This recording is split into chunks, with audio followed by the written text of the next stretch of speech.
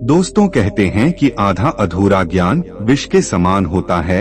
आज की जो कहानी मैं आपको सुनाने जा रहा हूँ, यह कहानी इतना महत्वपूर्ण और ज्ञानवर्धक है कि इसे सुनने के बाद आप यह समझ पाएंगे कि 4 ऐसी कौन सी आदतें हैं जिसके कारण मनुष्य बर्बाद हो जाता है।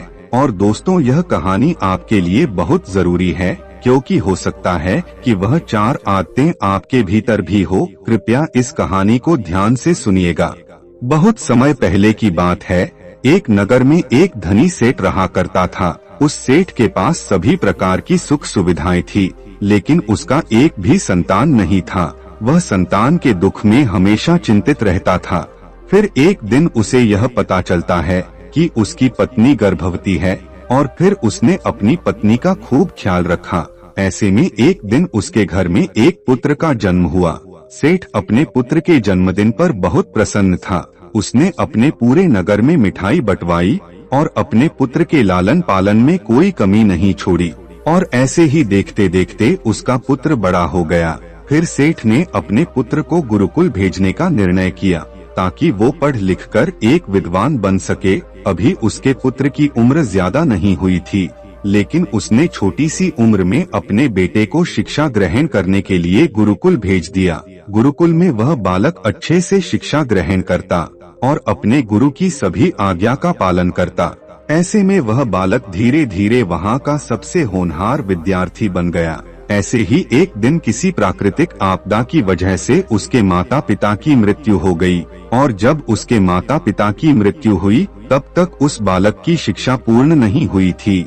और फिर जब उस बालक ने इस खबर को सुना कि उसके माता पिता अब इस दुनिया में नहीं रहे और उनका सब कुछ बर्बाद हो चुका है, उसके बाद उस बालक ने निश्चय किया कि वह गुरुकुल से शिक्षा पूर्ण करने के बाद अपना संपूर्ण जीवन लोगों की भलाई में व्यतीत करेगा। फिर जब उस बालक की शिक्षा पूर्ण हो गई तो उसके बाद वह बालक सन्यासी बन गया और वह सांसारिक वस्तुओं से दूर हिमालय के जंगल में चला गया। जंगल में जाकर उसने वहाँ लंबे समय तक तपस्या किया।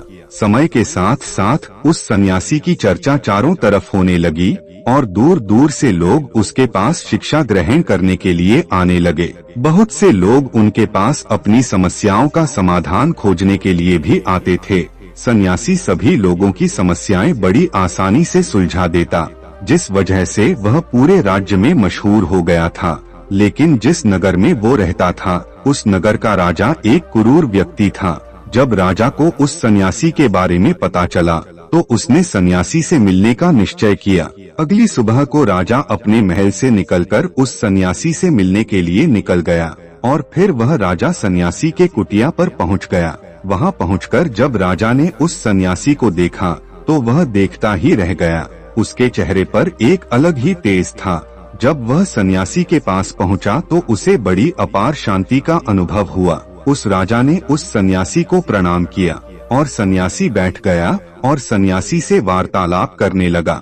वो राजा पहले ही मुलाकात में उस सन्यासी के व्यक्तित्व से इतना प्रभावित हुआ कि उसने उसी समय से अच्छाई की राह पर चलने की ठान ली और मन ही मन सोचने लगा कि इतनी छोटी सी मुलाकात में यह सन्यासी मुझे इतना बदल सकता है, तो अगर यह हमेशा मेरे साथ ही रहने लगे तो मेरी जिंदगी बदल जाएगी। और यही सोचकर राजा सन्यासी से अपने महल चलने के लिए आग्रह करने लगा। राजा का आग्रह सुनकर सन्यासी माना नहीं कर पाया और वो राजमहल चलने को तैयार हो गया। फिर राजा सन्यासी को लेकर राजमहल की ओर चल दिया और उसके बाद राजा ने सन्यासी को एक सही कमरे में भोजन करवाया। भोजन के पक्ष सन्यासी ने राजा को धन्यवाद दिया और राजा से जाने की आज्ञा मांगी। राजा ने यह सुनकर कहा कि आप हमारे बाग में जब तक चाहे तब तक रह सकते हैं। आपको यहाँ पर किसी भी प्रकार की कोई असुविधा नहीं होगी और आप यहाँ रहेंगे तो हमारी प्रजा को भी अच्छा लगेगा और हमें भी अच्छा लगेगा। यह सुनकर सन्यासी ने राजा का प्रस्ताव स्वीकार कर लिया। उसके बाद राजा ने सेवकों से कहा, सन्यासी महाराज के लिए बगीचे में रहने का, खाने का और वस्त्र आदि का प्रबंध किया जाए। राजा की आज्ञा के अनुसार सेवकों ने एक सुंदर सी कुटिया का निर्माण कर दिया। उसके बाद वह सन्यासी उसी कुटिया में रहने लगा।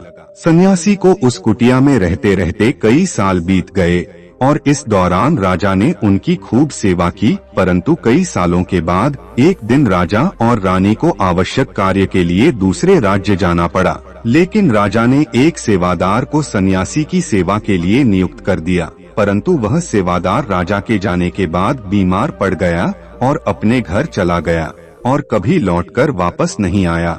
अब सन्यासी जैसे तैसे अपना आगे का दिन बिताया। फिर जब राजा वापस लौट आए तब सन्यासी ने क्रोध में आकर उस राजा को खूब सुनाया। सन्यासी ने राजा से कहा, हे राजन, जो जिम्मेदारी तुम पूरी नहीं कर सकते तो वह उठाते ही क्यों हो। तब राजा ने सन्यासी से क्षमा मांगते हुए कहा, हे भगवान, यदि मुझसे कोई भूल हो गई हो तो मैं उसके लिए आपसे क्षमा मांगता हूँ। मुझे क्षमा कर दीजिए और आप अपना क्रोध शांत कीजिए और मुझे बताइए कि आखिर हुआ क्या है। यह सुनकर उस सन्यासी ने कहा, तुम्हारे जाने के बाद मुझे यहाँ पर किसी ने भोजन नहीं दिया और मैं बहुत दिनों तक भूखा ही रहा। मुझे यहाँ पर आकर किसी ने पूछा तक नहीं। यह सुनकर राजा ने सन्यासी से क्षमा मांगी और कहा, हे भगवान, आज के बाद ऐसी कोई भी गलती नहीं होगी। मैं इस प्रकार की दुर्व्यवहार के कारण खुद शर्मिंदा हूँ। मुझे क्षमा कर दीजिए। आज के बाद ऐसी कभी भूल नहीं होगी। फिर कुछ देर बाद मामला शांत हो गया। जब राजा और सन्यासी के बीच वार्तालाप हो रही थी तो रानी भी यह सब वार्तालाप चुपके से सुन रही थी और सब कुछ देख रही थी। उसके बाद राजा ने उसे सन्यासी को कोई भी शिकायत का मौका नहीं दिया और उसकी खूब सेवा की। परंतु कुछ दिनों बाद राजा को फिर किसी आवश्यक कार्य से अपने राज्य से बाहर जाना पड़ा। लेकिन इस बार राजा ने राज्य से बाहर जाने से पहले अपनी रानी को कहा कि जब तक मैं वापस नहीं आऊं तब तक आप स्वयं सन्यासी की देखभाल करोगी। यह सुनकर रानी ने कहा, जी महाराज, आप निश्चित होकर जाइए, मैं सन्यासी महाराज की अच्छे से देखभाल करूंगी। उसके बाद रानी हर रोज भोजन बनाकर सन्यासी महाराज को भेज देती थी। लेकिन एक दिन रानी नहाने के लिए चली गई और सन्यासी को भोजन देना भूल गई। सन्यासी ने काफी देर तक भोजन का इंतजार किया, लेकिन जब भोजन नहीं आया तब सन्यासी सोच में पड़ गया कि आज खाना क्यों नहीं आया। उसके बाद सन्यासी ने सोचा कि वह खुद महल में जाकर देखेगा कि आखिर अब तक खाना क्यों नहीं आया, और फिर वह महल पहुंच गया।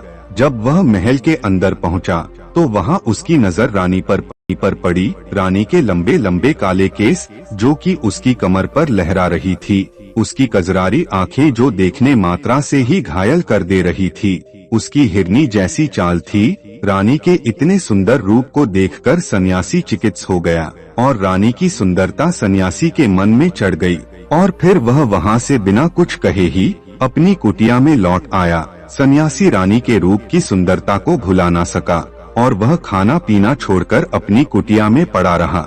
उसने कई दिनों तक कुछ भी नहीं खाया, जिस वजह से वह बहुत कमजोर हो गया। फिर कुछ समय बाद राजा वापस लौटे और जब उसे सन्यासी की हालत का पता चला तो वह सीधे सन्यासी के पास पहुंच गए और बोले कि ही भगवान, क्या बात है, आपको क्या हो गया और आप इतने कमजोर कैसे हो गए? लगता है आप किसी गहरी सोच में डूबे हुए हैं। क्या मुझसे कोई भूल हो गई है? तब सन्यासी ने कहा कि नहीं राजन, आपसे कोई भूल नहीं हुई है। यह सुनकर राजा ने कहा, तो फिर क्या बात है, आप मुझे बताइए, मैं आपकी परेशानी जरूर दूर करूंगा। यह सुनकर सन्यासी ने राजा से कहा कि हे राजन, मैं आपकी रानी की अद्भुत सुंदरता को देखकर उनकी सुंदरता के फेर में पड़ गया हूँ और अब मैं रानी की बिना जिंदा भी नहीं रह सकता। यह सुनकर राजा हैरान हो गया और कुछ देर सोचने के बाद राजा ने उसे सन्यासी से कहा, मैं आपको अपनी रानी दे दूंगा। यह सुनकर सन्यासी बहुत खुश हुआ। फिर राजा सन्यासी को लेकर महल चले गए और जब राजा और सन्यासी महल पहुँचे तो उस दिन रानी ने अपने सबसे सुंदर वस्त्र और गहने पहनी हुई थी।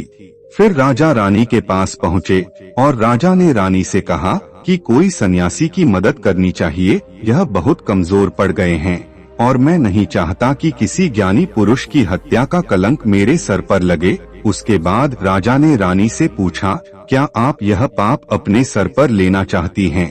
राजा की यह बात सुनकर रानी ने राजा से पूछा कि आखिर इन सन्यासी के इस दुख का कारण क्या है? तो राजा ने रानी से कहा कि सन्यासी आपकी अद्भुत सुंदरता के दीवाने हो गए हैं। राजा की यह बात सुनकर रानी ने कहा, अच्छा ये बात है, आप चिंता मत कीजिए, अब आप सब कुछ मेरे ऊपर छोड़ दीजिए। मुझे पता है कि मुझे अब क्या करना है, उससे आपके ऊपर ना तो सन्यासी की हत्या का पाप लगेगा और ना ही उससे मेरे पवित्र धर्म का नाश होगा।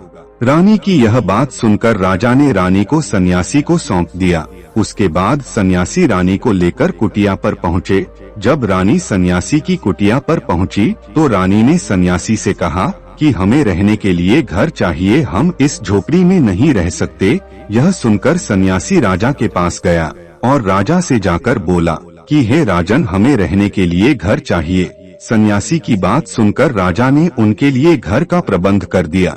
फिर सन्यासी रानी को लेकर घर पहुंचा। जब रानी सन्यासी के साथ उस घर पर पहुंची तो रानी ने सन्यासी से कहा कि यह घर तो बहुत गंदा है और इसकी हालत बहुत खराब है, मैं इस घर में नहीं रह सकती। यह सुनकर सन्यासी फिर से राजा के पास गया और राजा के पास जाकर बोला कि हे राजन, जो आपने हमें घर दिया है उस घर की हालत बहुत खराब है। सन्यासी की बात सुनकर राजा ने उस घर की हालत ठीक करवा दी। उसके बाद फिर रानी घर के अंदर गई और नहा धोकर बिस्तर पर आ गई। फिर सन्यासी भी बिस्तर पर आ गया। फिर उसके बाद रानी ने सन्यासी से कहा कि आपको पता है कि आप कौन हैं और आप क्या बन गए हैं। आप एक महान सन्यासी थे जिसके लिए राजा स्वयं सारी जरूरत की वस्तुएं उपलब्ध करते थे, जिसके पास लोग दूर दूर से ज्ञान ग्रहण करने आते थे, जो लोगों को सत्य की राह दिखाया करते थे, जो लोगों की समस्याओं का समाधान करते थे, जिनको सभी लोग एक गुरु मानते थे, जिनकी सब भगवान के रूप में पूजा किया करते थे। और आज आप वासना के कारण मेरे गुलाम हो गए हैं। रानी की यह बात सुनकर उसे सन्यासी को एक झटका लगा और उसे महसूस हुआ कि वह तो एक सन्यासी है और वह यह सब क्या कर रहा है। वह तो यह सारी सुख सुविधाओं को छोड़कर शांति की तलाश में जंगलों में चला गया था। फिर वह जोर जोर से रोने लगा और चिल्लाने लगा और रानी से कहने लगा कि मुझे क्षमा कर दीजिए महारानी, मैं यह क्या करने जा रहा था, मैं अभी आपको राजा को सौंप कर आता हूँ। सन्यासी की बात सुनकर रानी ने सन्यासी से एक प्रश्न किया, हे महाराज, मेरे मन में एक प्रश्न उठ रहा है, कृपया मेरे प्रश्न का उत्तर दीजिए। रानी की बात सुनकर सन्यासी ने कहा कि पूछो, तुम्हारा क्या प्रश्न है। फिर रानी ने कहा कि जब आपको उस दिन भोजन नहीं मिला तो आप बहुत क्रोधित हो गए, तब मैंने आपके ये रूप पहली बार देखा था और तभी से मैं आपकी व्यवहार में परिवर्तन महसूस कर रही हूँ। ऐसा क्यों हुआ महाराज, आखिर आपको इतना क्रोध क्यों आया। रानी की बात सुनकर सन्यासी ने रानी को समझाया कि जब मैं जंगल में था तो मुझे समय पर भोजन भी नहीं मिलता था, लेकिन जब मैं महल में आया तो महल में आने के बाद मुझे सारी सुख सुविधाएं मिली और फिर मैं इन सभी सुख सुविधाओं के मोह में फंस गया और मुझे इसके प्रति लगाव उत्पन्न हो गया और फिर मुझे इसको पाने का लालच उत्पन्न हो गया और जब मुझे यह नहीं मिला तो मेरे अंदर क्रोध उत्पन्न हुआ। फिर रानी ने कहा कि महाराज, सच तो यह है कि अगर इच्छा पूरी नहीं हो तो क्रोध उत्पन्न होता है और अगर इच्छा पूरी हो जाए तो लालच बढ़ जाता है। फिर सन्यासी ने रानी से कहा, यह इच्छा की पूर्ति ही मुझे वासना के द्वार तक लेकर आई है और मैं आपके प्रति आकर्षित हो गया। इसके बाद वो सन्यासी रानी को लेकर राजा के पास गया और बोला कि राजन, मुझे क्षमा कर दीजिए, मुझे अपनी गलती का एहसास हो गया है। यह लो आपकी रानी, मुझे यह सब नहीं चाहिए। मैं अपनी इच्छा के कारण यह गलत कार्य करने जा रहा था और अपने जीवन को बर्बाद कर रहा था, लेकिन अब मुझे सब कुछ समझ आ गया है। उसके बाद उसे सन्यासी ने कहा कि हे राजन, मनुष्य की बर्बादी का कारण उसकी 4 आदतें बनती है और दुनिया की हर एक व्यक्ति के अंदर यह 4 अवगुण होते हैं, लेकिन जो व्यक्ति इन पर नियंत्रण कर लेता है वह दुख और परेशानियों से बच जाता है। वहीं जो व्यक्ति इन 4 आदतों पर नियंत्रण नहीं कर पाता है तो वो बर्बाद होने के कगार पर पहुंच जाता है। यह सुनकर राजा ने कहा कि महाराज, आप मुझे वो 4 आदतें बताइए जिससे कि मनुष्य की बर्बादी हो जाती है। फिर सन्यासी ने राजा को मनुष्य को बर्बाद करने वाली 4 आदतों के बारे में बताया। सन्यासी ने कहा राजन, मनुष्य को बर्बाद करने वाली पहली आदत है इच्छा, क्योंकि इच्छा ही दुनिया की हर एक व्यक्ति के अंदर सबसे पहला अवगुण होता है। और जो व्यक्ति अपनी इच्छाओं को नियंत्रण में नहीं रख पाता है, वह जीवन के किसी भी क्षेत्र में सफल नहीं हो पाता है, क्योंकि जैसे ही उसकी एक इच्छा पूरी होती है, वह दूसरी की ओर बढ़ाने लगता है, और दूसरी पूरी होती है तो तीसरी इच्छा उसके मन में जागृत हो जाती है, और फिर ऐसे करते करते इच्छाओं पर नियंत्रण न होने के कारण इसी जाल में उलझा रहता है। इसीलिए राजन, जब हम इच्छाओं पर नियंत्रण कर लेते हैं तो हमारे मन पर भी नियंत्रण हो जाता है, और जब हमारा मन हमारे बस में होता है तो हमें सुख ही सुख प्राप्ति होती है। फिर जो हम चाहते हैं वही हमारे साथ होता है। फिर सन्यासी कहता है कि हे राजन, मनुष्य को बर्बाद करने वाली दूसरी आदत है वासना। वासना का जन्म हमारे मन में उठने वाली इच्छाओं से होता है। जिस प्रकार इच्छा का कोई अंत नहीं होता और मनुष्य वासना के जाल में फंसता ही चला जाता है, वासना के कारण मनुष्यों को कुछ भी नजर नहीं आता है। आज तक जितनी भी लड़ाइयाँ हुई है, उनका सबसे बड़ा कारण स्त्री को पाने की इच्छा ही रही है। स्त्री के प्रेम में फंसकर राजा महाराजाओं ने आज से पहले बहुत सारे युद्ध किए हैं। रावण संसार का सबसे बुद्धिमान व्यक्ति था, लेकिन उसने भी माता सीता की सुंदरता देखकर मोहित हो गया और अपना सब कुछ बर्बाद कर लिया। उसकी मृत्यु का कारण एक स्त्री ही बनी थी। कई राजा महाराजा तो युद्ध में इसलिए हार गए क्योंकि वो लोग स्त्रियों से रासलीला रचने में ही रह गए। ईश्वर ने तो स्त्री की उत्पत्ति इस संसार को बढ़ाने के लिए की है, लेकिन आजकल लोगों ने इसे अपनी वासना का शिकार बना लिया है, अपने मनोरंजन का साधन समझने लगे हैं, और जब उन्हें अपना यह मनोरंजन नहीं मिलता तो वो पागल हो जाते हैं और न जाने क्या क्या कर बैठते हैं। इसीलिए हे राजन, जितना हो सके उतना वासना से दूर रहना चाहिए। फिर सन्यासी कहता है कि मनुष्यों को बर्बाद करने वाली तीसरी आदत है क्रोध, क्योंकि जब मनुष्य की वासना की पूर्ति नहीं होती है तो उसके अंदर क्रोध उत्पन्न हो जाता है, और जब व्यक्ति को क्रोध आता है तो उस पर उसका नियंत्रण नहीं होता है, और फिर वो क्रोध में आकर कहीं गलत निर्णय ले लेता है। वो दूसरों को भला बुरा का देता है, गलियां निकल देता है, और जब उनका क्रोध शांत होता है तो उन्हें अपनी गलती का एहसास हो जाता है, लेकिन तब तक तो सब कुछ बर्बाद हो चुका होता है। क्रोध के कारण मनुष्य के कहीं बने बनाए काम भी बिगड़ जाते हैं। जब मनुष्य के भीतर क्रोध उत्पन्न होता है तो वो अंदर से बहुत कमजोर हो जाता है, और एक कमजोर मनुष्य कुछ भी नहीं कर सकता, उसे कभी भी सफलता हासिल नहीं हो सकती। क्रोध हमारे भीतर तनाव को उत्पन्न करता है, और अगर एक बार हम तनाव में चले गए तो हमारा पूरा जीवन बर्बाद हो जाता है। फिर सन्यासी कहता है कि हे राजन, मनुष्य को बर्बाद करने वाली चौथी आदत है लालच। हे राजन, लालच का फल सदैव बुरा होता है। लालच में पड़कर हम बहुत से लोगों का बुरा कर देते हैं। हर मनुष्य के जीवन में कभी न कभी ऐसे अवसर अवश्य आते हैं जब वह लालच कर बैठता है, और अधिक पाने की लालसा में वह कुछ ऐसा कर बैठता है जिससे जो उसके पास था वह उसे भी गवा देता है। क्योंकि जैसे ही व्यक्ति की एक इच्छा पूरी होती है, उसका लालच बढ़ जाता है और उसके मन में और कहीं जन्म लेने लगती है। जो व्यक्ति लालच करता है वह कामयाबी से कोसों दूर रहता है, क्योंकि एक ना एक दिन लालच का दुश्मन सामने आता ही है। अगर हम समय रहते ही लालच को त्याग दें और उसकी फेर में ना पड़े तो हम एक सफल व्यक्ति अवश्य बन सकते हैं। फिर अंत में सन्यासी राजा से कहता है कि हे राजन, अगर मनुष्य चारों आदतों को छोड़ देता है तो उसे जीवन में सफल होने से कोई नहीं रोक सकता। जो इन आदतों को नहीं छोड़ता है उसे जीवन में बर्बाद होने से कोई रोक नहीं सकता। मैं एक सन्यासी होकर इसकी फेरे में पड़ गया था। तो दोस्तों, यह थी मनुष्य की बर्बादी होने के 4 कारण। अगर दोस्तों आपके अंदर भी यह सभी चीजें हैं तो इसे आज से ही त्यागना शुरू कर दें। और इस कहानी को बनाने में बहुत ही मेहनत लगा है, तो कृपया कर वीडियो को लाइक करके चैनल को सब्सक्राइब कर दीजिए। मिलते हैं किसी और ज्ञानवर्धक कहानी के साथ, तब तक के लिए धन्यवाद।